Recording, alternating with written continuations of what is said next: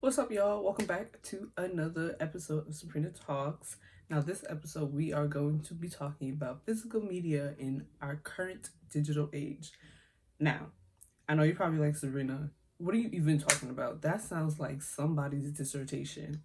Well, I'm just going to be talking about my opinion as to why physical media, so things like DVDs, CDs, vinyls, physical photos, stuff like that, are still meaningful and important in our current digital age. Where we are currently with physical and digital media, the pros and cons of both those things, and what I see for the future and how that will impact our society. Now, before we jump into anything, let me just remind you, as with this video and all of my videos that I'll ever post, these are all just my opinions. I'll throw some facts in there or whatever, but most of it will just be my opinion. So I'm not trying to impose nothing onto you. I just kind of want y'all to think about it and see how you feel about it. So if you got something rude to say, you can keep that to yourself. I don't want to hear it. If you want to have a nice civil conversation about it, we could definitely do that. So let's keep it cute, keep it nice, and keep it civil. So let's jump into where we even are right now with physical media. Let's get into our first physical media, which is CDs. So now, if you watch my last two videos, you should know that I have a CD collection that has about 14 CDs in it and probably will be growing. I kind of touched on it in that video, but CDs are no longer hot and popping. Back in the 80s, CDs used to be hot and popping. I mean, they were everywhere. And CDs lasted, I want to say, until maybe early 2000s, and then getting into the 2010s, that's when CDs starting to decline. Currently, if you go to any big retail chain like Target, Walmart, Best Buy, you'll see that they don't have that much of a CD section, if any. Usually like a little end cap and maybe, a little 4x4 section or something, but it's surely not what it used to be. And what it used to be is there used to be whole stores just dedicated to CDs, like FYE. FYE is still around, but those kind of big places where you solely coming to get some CDs.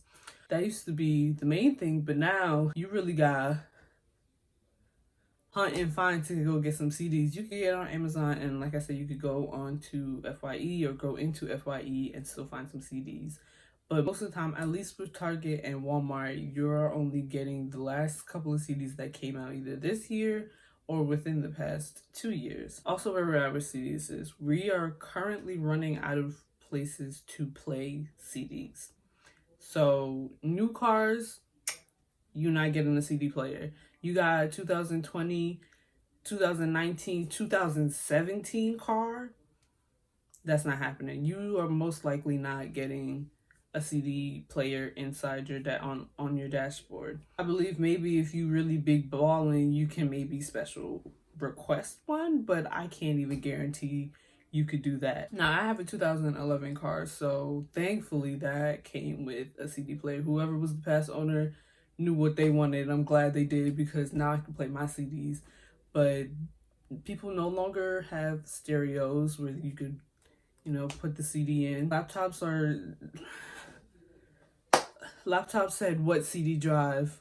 Who wants a CD drive? Not you. And no one's walking around with a Walkman anymore or a CD player, so your only real options to play it is if you have a car, or if you happen to have a stereo in your house. I mean, there's really not much devices anymore that you can play a CD. Thankfully, nowadays, you can buy a CD drive that you can just kind of plug into your laptop. So that way, you could still play things that need CDs.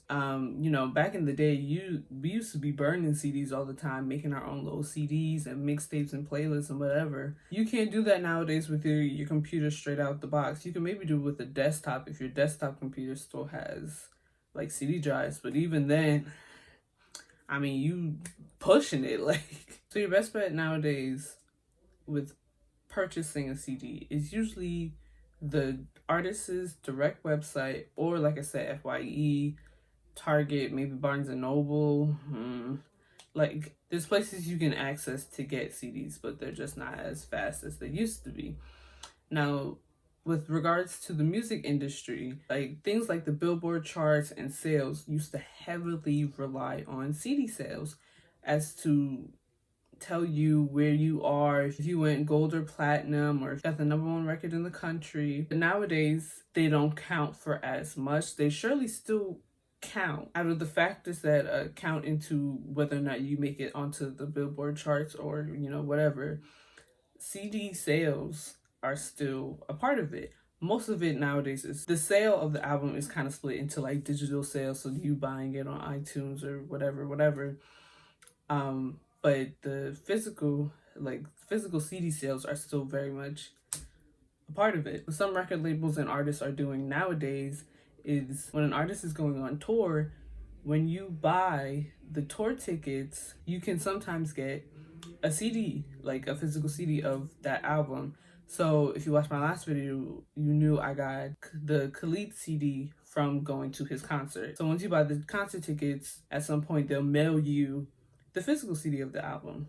That, I believe, is a little sneaky way into boosting, the artist's sales, since physical CDs aren't really being bought anymore. Since with this bundling plan, each ticket would get one CD, which would then count as one, I believe at least, which would then count as one CD sale.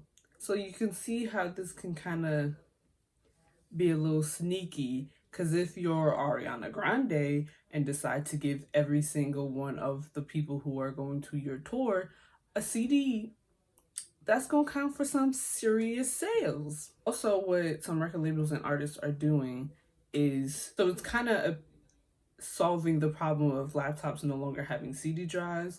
So if you bought an album and you wanted to put the album onto your computer, usually what you used to do is, put the CD in your computer and transfer over the files, and now it's on your computer. But with laptops not having CD drives anymore, that's not an option. So what some people are doing is adding like a digital code or like a website you can go to, and it'll automatically download the album onto your computer, which is handy. And that's also a really good way to kind of make sure CDs are still in the interface. Out of CDs and DVDs and physical photos, CDs are the things that are closest to death than DVDs and physical photos. Next piece of physical media we should talk about is DVDs. Now, DVDs aren't as close to their deathbed as CDs are, but they're surely withering away. I'll do a quick little show of all of the DVDs I have, because I don't have much since I just started collecting DVDs. So I have movies like Teen Titans versus Teen Titans. I have Mean Girls. I have One Direction's World Tour movie thing. I have The Parent Trap, Pitch Perfect, Spider-Man Into the Spider-Verse, and Grease. I want to say last year I started building up my DVD collection. Thankfully, you can still do that nowadays, because unlike CDs, you can definitely still find DVDs in a multitude of places. Like I said, if you go to Target, if you go to Walmart, their DVD sections are definitely much bigger. Best Buy definitely still carries DVDs. I believe Barnes & Noble also does. FYE is also a good DVD place. And then, like I said, you could always get stuff on Amazon and eBay and all those kind of places. So back in the day, there used to be VHSs and Betamaxes, I think that was a thing. Anyways, DVDs got popular in the 2000s, which is when I was growing up. So DVDs were everywhere. I mean, a movie would come out and people would be like, yes, I can't wait till the DVD comes out. And then, you gotta wait a bunch of months until the DVD came out. But then once the DVD came out, you was hauling yourself to the nearest Blockbuster, or if you was really balling like that, you was gonna go buy the movie. But like I said, most people was making their way downtown to a nice little Blockbuster so they can go rent some DVDs. Nowadays, Blockbuster no longer exists, so no one's doing that anymore. But We do still have places like Redbox, where you can kind of do the same as Blockbuster, where you can go see a collection of movies at a kiosk, pick some, and then I think you pay like $1 and some change each night, depending on whether or not you get Blu-ray or regular DVD. Um, and then you take it home, you watch it for a day or two, and then you take it back to the Redbox kiosk.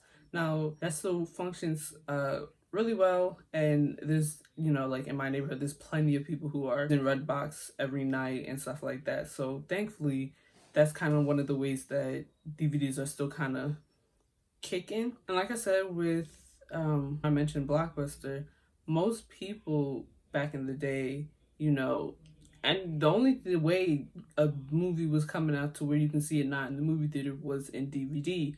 And then eventually I think it'll make it onto its way to cable and stuff like that.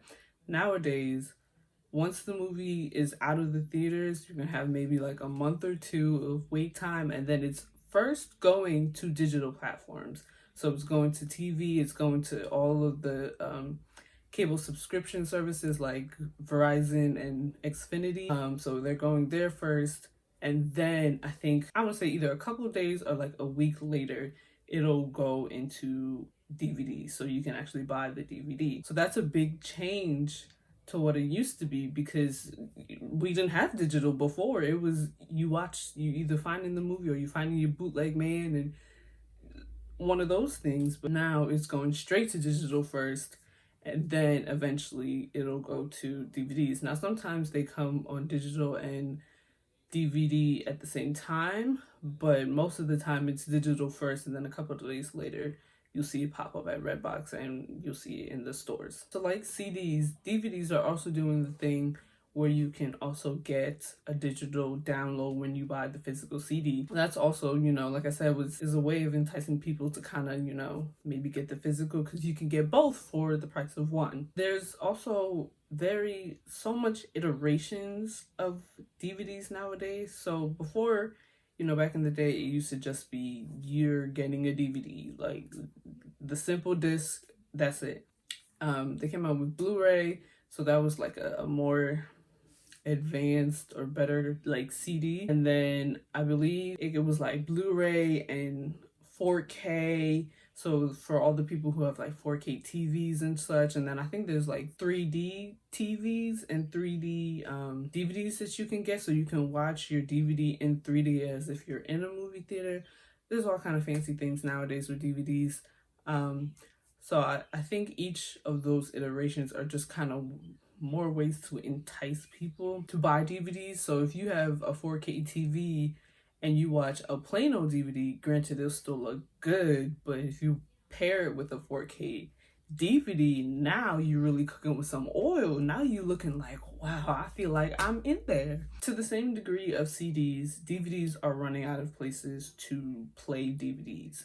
They're a little better off than CDs though, because you can still buy DVD players, I believe, in stores. I don't believe DVD players are like out the window, and most at this rate, most families have a DVD player from when DVDs used to be really high and popping. But if you wanted to get one nowadays, I'm sure you can find it on eBay and find some used on like Craigslist and such. But even if you wanted to buy a brand spanking new one, I'm sure if you go to places like electronic based stores like Micro Center or PC Richard and Son, if you live in New York, and Radio Shack's not around anymore, but those kind of like places, I'm sure you could definitely still get a DVD player. It's just you might not have as much options as we used to. Like there used to be full aisles of just different kind of DVD players. Nowadays you might just find like 2 or 3. Also, like I said, laptops are like DVDs who, CD drives what? So you can't watch it there. However, for DVDs, the good thing is you can play such DVDs on game consoles. And if you got a PlayStation or a Xbox, you are guaranteed to at least be able to watch some CDs, because they have CD drives, because obviously you need to play the game. If a day comes and game consoles no longer have CD drives, I don't know what to tell you, but hopefully we don't reach that day anytime soon. So another piece of physical media that I'll just kind of briefly mention is books. Books are definitely still around. There's not as much bookstores as there used to be, but those are definitely still around. That's also on the decline. However, I don't see that disappearing just about yet.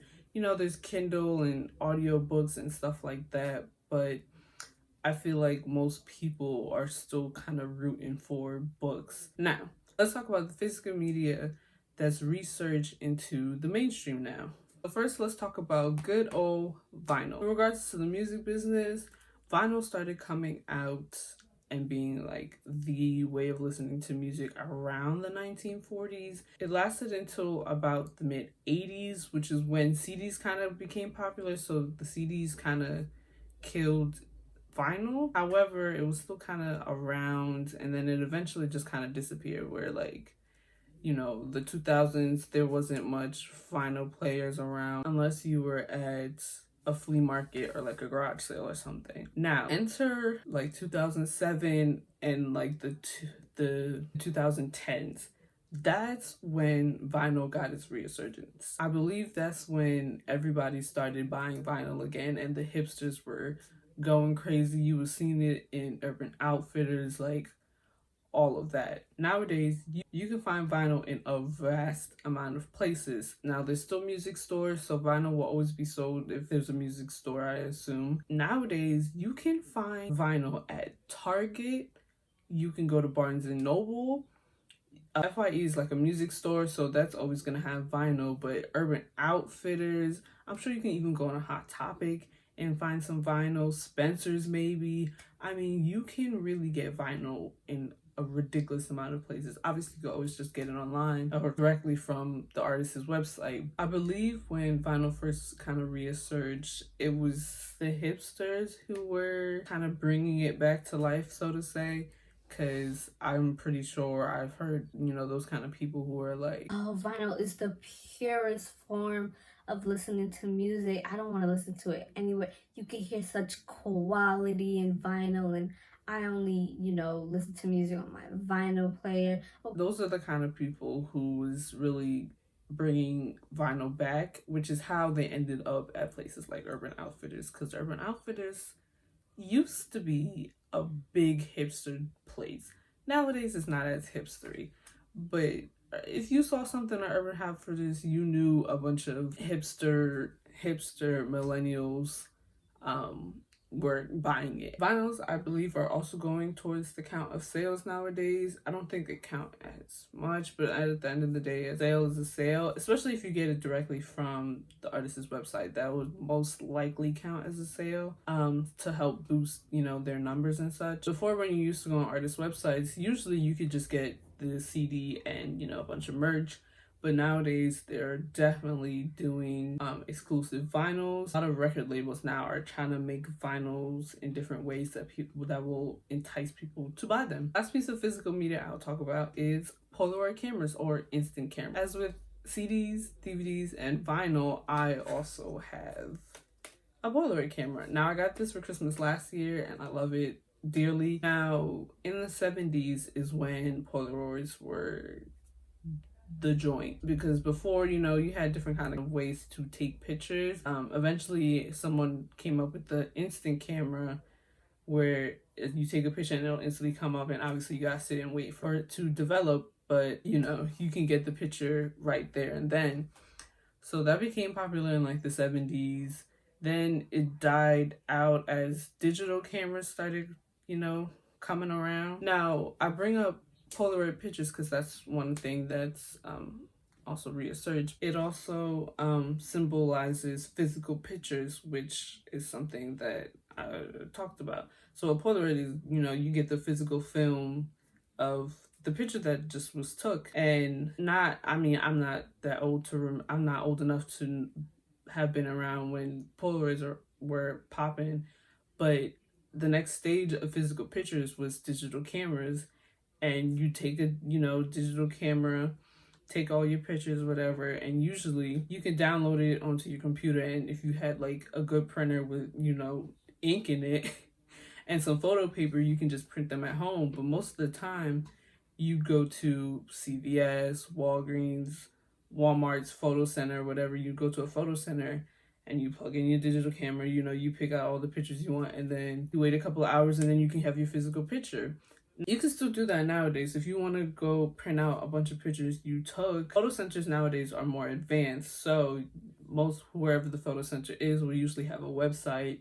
You can upload the pictures you want from there and then go to the store and pick it up. Those are definitely still around. It's I want to say almost all drugstores. A lot of the generation underneath me, so I want to say the 2000s and 2010s kids, they're getting into like the physical pictures, but they're mostly kind of doing the Polaroids and not as much as like the Kodak pictures, which is kind of keeping physical pictures and stuff like that and Polaroids and stuff like that alive nowadays, because now the young generation is thinking it's really cool and fun. The other way you used to have physical photos was disposable cameras. Like, disposable cameras are still definitely around nowadays. I think that was in Urban Outfitters as well. And I believe you can still find some.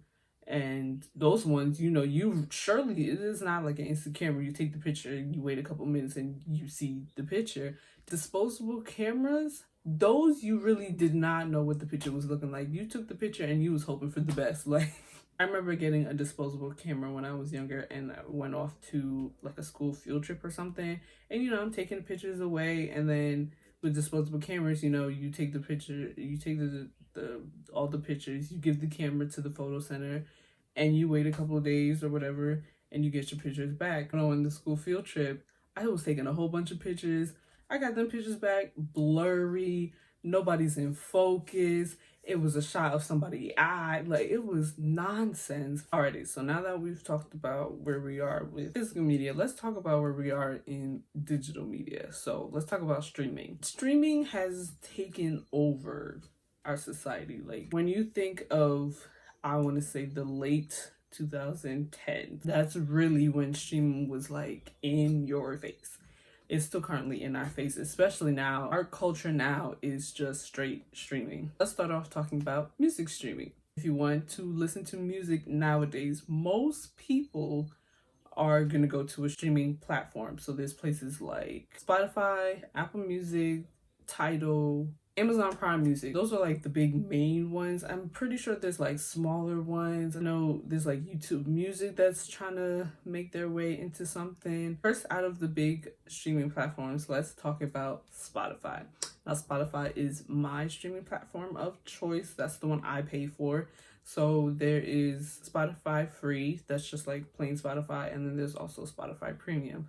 Spotify free, you get ads. Don't nobody want to hear that.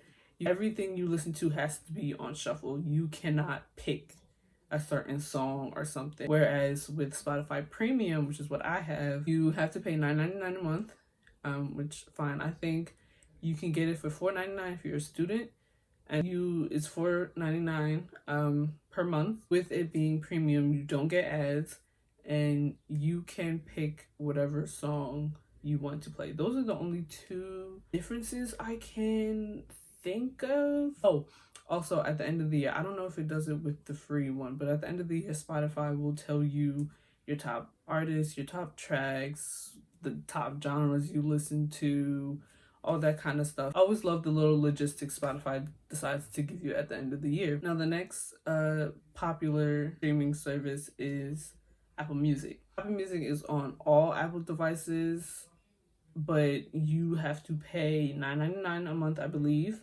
I'm not sure if they have a student discount. I think they do. I don't know what the price is, but I believe Apple Music is $9.99. There's no free version to Apple Music, so you either pay $9.99 a month or you don't, or you just don't have Apple Music. Now, the next big streaming service is Tidal. Tidal is owned by Jay-Z. Tidal comes in a range of pricing subscriptions that you can do. I believe if you just want like an individual plan, I think that's also like $9.90 a month, which is like the standard. If you're a student, I believe it's cheaper. There's a price point that's dedicated just to if you want higher quality sound, like the highest quality sound you can get out of streaming. And I think that one is like $20 a month or something. And if you want to group it with a family, it's like 30. I don't know. There's a bunch of price points with that. Apple Music and Tidal are more dedicated to like exclusives on there. So like I believe on Apple Music you get the Zane Lowe show. So if an artist does a interview with him, you can get the video of that and watch them talk about the album. I think there's also like the Beats One show or something like that where they just kind of talk about music and such.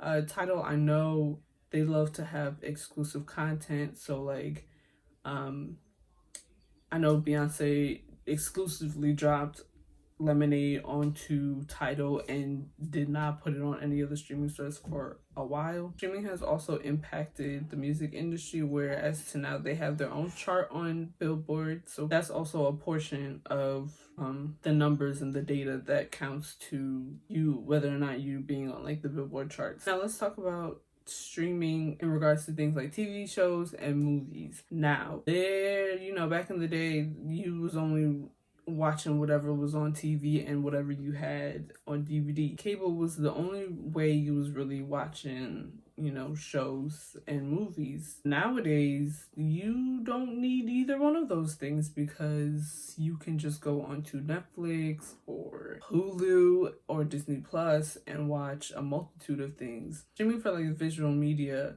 is currently killing cable. So now cable is all the cable channels are trying to find their way onto a streaming platform or into their own streaming services. So like CBS, I believe, has CBS All Access that'll have like exclusive content, and then NBC has their own platform. I think it's called like Peacock. HBO has like HBO Max that's now coming out. So each channel is kind of trying to put their foot into the streaming game as well. Before, when streaming was first out, it was mainly shows and movies from the past that you can just kind of watch on your TV. So when like Netflix and Hulu was first out, it was just kind of, the whole season of The Office, seasons of How I Met Your Mother, watching The Matrix, stuff like that. It was things that were already made and out into the world, and then kind of like cable, it's just you're allowed to play it whenever you feel like it. In our time now, streaming services are becoming more about original content other than like properties that they have on their streaming service. So like Netflix, they are killing the game with their originals.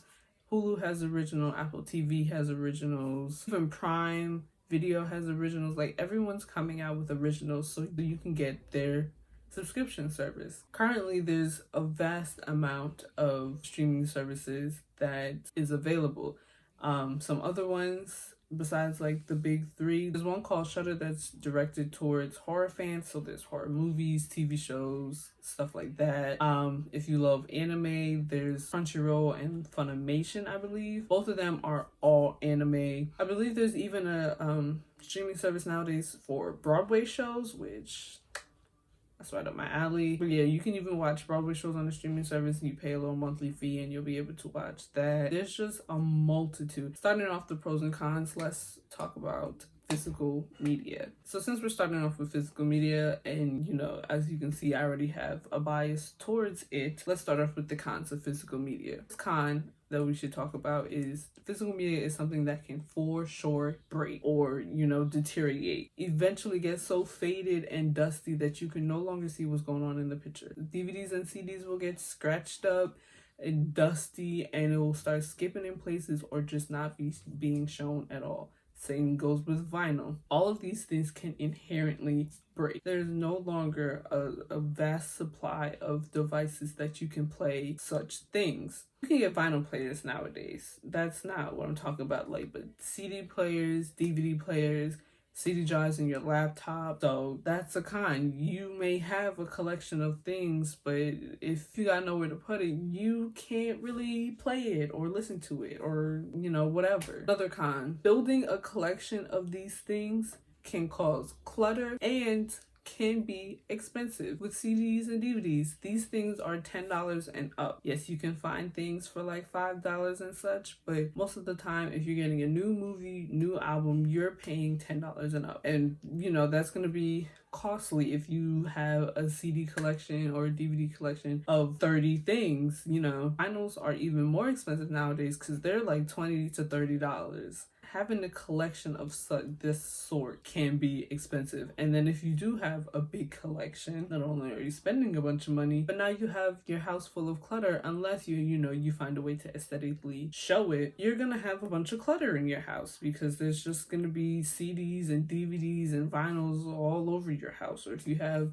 a million pictures on your wall, that can cause a lot of clutter. Now, with the cons out the way, let's talk about the pros or the positives of physical media. One of the big things I love about physical media is a physical thing of something you love, whether it be your favorite TV show, your favorite album, your favorite picture of you and a person, or your favorite memory. These can be physical things you can touch and see. You get the endorphins pumping, you get the happiness from them. Granted, you can also get joy from a picture, a movie, or an album on, in the digital space, but there's a different layer of like comfort of you being able to touch it.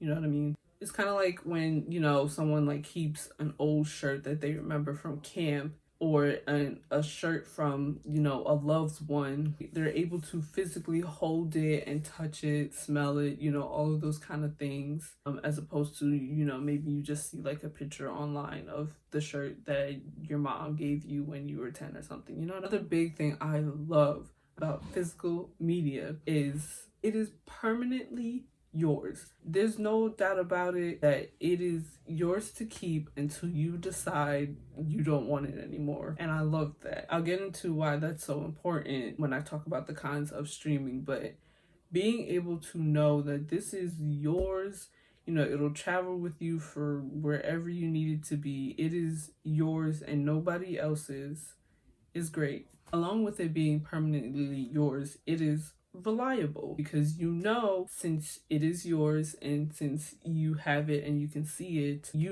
come the day you want to watch it, you can watch it. Come the day you want to listen to it, look at it, you can do these things because there's a physical version of it.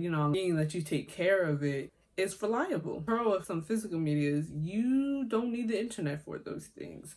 You may just need, a select device for it, but you don't need the internet, which is fantastic. Another pro is it can be aesthetically pleasing. I want to say most people get a great joy out of things being aesthetically pleasing. It's the same way people will have bookcases in their house filled with books. They might not read the books, but it's aesthetically pleasing to have something there. So now, let's get into the pros and cons of streaming. Kick it off with the pros. I quite enjoy streaming music and, my TV shows and stuff. One of the pros of streaming that I think is really important is the fact that with streaming, you have access to watch or listen to things that you might not have geared towards, paying for. So let's take the movie Parasite. Parasite is a Korean film, so you weren't really getting an opportunity to watch it unless you went to places like film festivals like Cannes or Sundance or TIFF, I think, which is the Toronto International Film Festival or something like that. Or if you were in like a big city and they had showings of the movie, but you only really got to see it in maybe like a few show times and it was only at like one movie theater or such. So if you weren't in a big city, you weren't really able to get a chance to watch it. Same with a movie called Portrait of a Lady on Fire. That is a French film that also was kind of at like the film festivals and such. Both of them are currently now on Hulu, which means anybody who has a Hulu subscription can watch that. That's so much more people than the select few who get to go to the film festivals and the select few who even heard about it enough to go to the movie theaters and see it. With it being on Hulu and allowed to be distributed on a streaming service, now you can watch it risk-free. The only thing you really, wasting is your time. You're not wasting any money because streaming services are all services that you pay monthly for, so you're not paying individually for that movie that you watch. So that's so much better than taking the gamble on buying the DVD. Now, also, side note, go watch Portrait of a Lady on Fire and Parasite, please, because though they're both in another language that is not English, fantastic movies. Go watch them, please. Thanks. So with streaming, you get more value for your money. Netflix is $12.99 a month. Hulu is $7.99 a month with ads, and $14.99 a month, I believe, without ads. Disney Plus, I think it's like $6.99 or something like that. And then you can bundle Disney Plus, ESPN Plus, and Hulu all together for, I want to say like $15 to $17 a month. You can bundle HBO with your Hulu for like $15 a month, I think. With those price points, no, you're not paying for one individual thing. You're paying for their whole catalog of movies and TV shows, which is so much more valuable, at least money-wise, paying about, $20 for one DVD or something, or $15 for one album. Same with streaming music. You get the whole catalog of good chunk of music that is out there for, the $9.99 a month, which is significantly cheaper than you buying every album that you like. Another big pro of streaming is you can literally be anywhere and on any device, and you'll be able to watch or listen to something. So, you want to watch How to Get Away with Murder on your iPad, you can do that because streaming services have apps that allow you to download it onto your computer, your phone, tablet, your TV, if you have a smart TV. And like I said, there's like the Roku and the Fire Stick where you can also watch it through this. Anytime you are in front of something that's a screen and has internet access, you can watch your favorite things. Whereas with, DVDs and CDs, you need to kind of be around an Xbox or a DVD player or a CD player, you have to be in somewhere that has that playing device. So with streaming, there's no chance of clutter, because you only will have like maybe 5 apps or something, and then there's no clutter in your house. Another big pro of streaming is their original content is getting so good. So like the Netflix original shows and the Hulu original shows are getting so good. Before, they used to be like, I don't know what that was, y'all can keep that to yourself. But now Netflix is getting all kind of original movies that are actually really, really good. Like they have All the Boys That I Loved Before. They have a show called Elite that's fantastic and you should watch it. Even places like Amazon Prime Video is pumping out originals like Jack Ryan, which was really, really good. Hulu and Disney Plus are working their way into really good original content, which I love. They're even getting to the point where they're better than some of the cable shows that are out nowadays, because they're allowed to do a little bit more since they don't have to, really be worried about ratings and such. Or at least like some parent calling NBC about seeing a boob or something, you know what I mean? Like, let's talk about the cons of streaming and digital media. My biggest gripe with streaming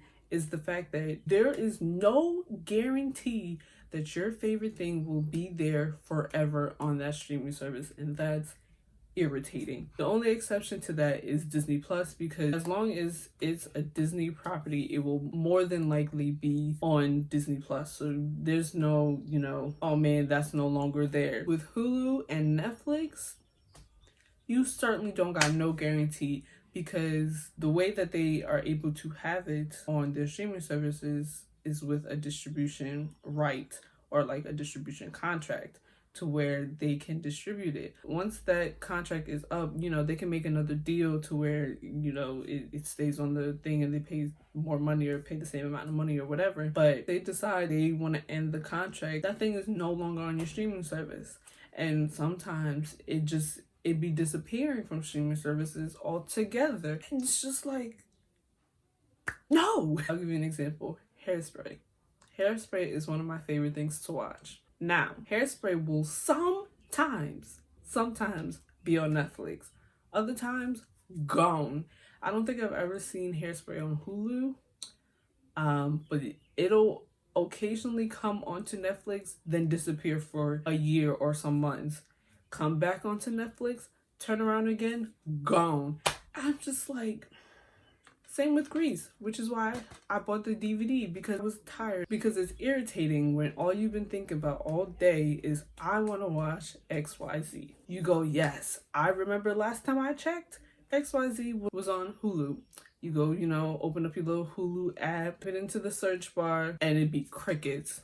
Nothing. Nada. They'll give you, or like what Netflix does, you type it into the search bar and it'll be like titles related to da da da. I'd be like, no, I don't want the titles related to it. I want the actual title. Give me the actual show / movie. Like, that's why I love having physical media of things that I love, because I know if I'm in the mood to watch it, I gotta press maybe 5 buttons and I'm good to go. Netflix and Hulu, I gotta be searching for 10 minutes, 15 minutes, 20 minutes looking for something to watch, because all the things that I do want to watch, all the specific things that I want to watch, nowhere to be found.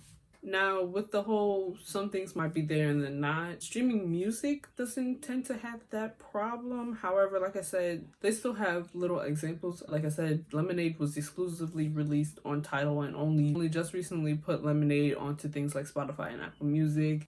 For a little while, Taylor Swift took her whole discography off of Spotify. It's back there now. Those are like few examples of sometimes they're just not on a streaming service. The con I was talking about when I was talking about a pro of physical media is, with streaming, nothing is really yours. If you purchase something, it's not fully yours. It's, property of somebody else, and you just kind of pay for your access to such thing. I'll give you an example. Say I have Xfinity and I want to go buy High School Musical 1 so I can watch it at all times and anytime. Now, I technically own it, right? Because I paid for it and it's now associated with my account. However, it is not anywhere concrete. So if you're buying it from, Xfinity or Fios, it's connected to your account, and your account's, with your TV. So it's not virtually anywhere in like your hard drive. It's still connected to an account or to a company. Whereas if you have a DVD of High School Musical 1, that's yours. That's no one else's but yours. That's my big thing with digital media. I feel like if I'm buying it, it's already a sign that I love it enough to buy it instead of just watching it free. So to me, I might as well get the DVD of it and buy it that way instead of having it, somewhere and I can only watch it on that thing. Overall, both have pros and cons to, skew you in one way or the other. We're no longer in an age where we can have all things like physical. We are long past that time. By the time I was born, we were more definitely moving into the digital world. So we're no longer in that stage where we all have vast CDs and VHS collections and stuff like that. We're no longer in that age. We're still able to appreciate physical media even in our digital age nowadays, because thankfully we are not in the point where everything is digital. Like the Black Mirror episodes, we're not there. We're still in an age where we can appreciate both things together, which is what I advocate for. I'm a big, consume things digitally, but if you want, you can get like the top tier things that you love on a physical version, so that way you always have them. So it's like the best of both worlds. Society is cyclical. Things come and be hot and popular one generation, and then the next generation is dead. Just like in fashion, one generation will love bell bottoms. Every pants that you're wearing is a bell bottom, and then bell bottoms will die, and then skinny jeans will be hot and popping, and then skinny jeans eventually will die, and then bell bottoms will come back. That kind of cyclical nature of society, I believe, will still be in effect with physical media. We see nowadays Polaroids are back, vinyls are back. I even was on Urban Outfitters website and I saw cassette players. The cassette players are now kind of seeming like they may be trying to come back or something. So I think CDs may be dying now, but come 2065, somebody's kid will be like, wow, CDs are so cool. Oh, I gotta have CDs of all the best albums from that time in my current time. I don't know if CDs will be the one that resurge, or maybe DVDs will be the one. Oh, who knows? Or maybe it'll just be a constant cycle of vinyls coming back or Polaroids coming back. You know what I mean? I don't think physical media is going to just completely disappear into the abyss and never be seen again. I don't see that happening. History repeats itself way too many times. Alrighty, that's all I have to say about physical media in our current digital age. I hope if you want, we can continue this conversation in the comments down below. Thank you so much for enduring another video of me ranting on about things that I love. Talk to me in the comments. Let me know if you have a horror story of you wanting to watch something and it disappeared. Hope you guys subscribe because I have some fun things coming up in the future. Next week I plan on talking about TikTok. The week after that is Pride Month. So I want to focus my videos on the LGBTQ plus community and give them some love and support. Some of them will be reviews, movies that incorporate the LGBTQ plus community, and some of them will just be some more societal looks of the community and relates to music and such. So I hope you're excited because I am. I hope you enjoyed the video, and thanks again for watching, and I'll see you guys next week.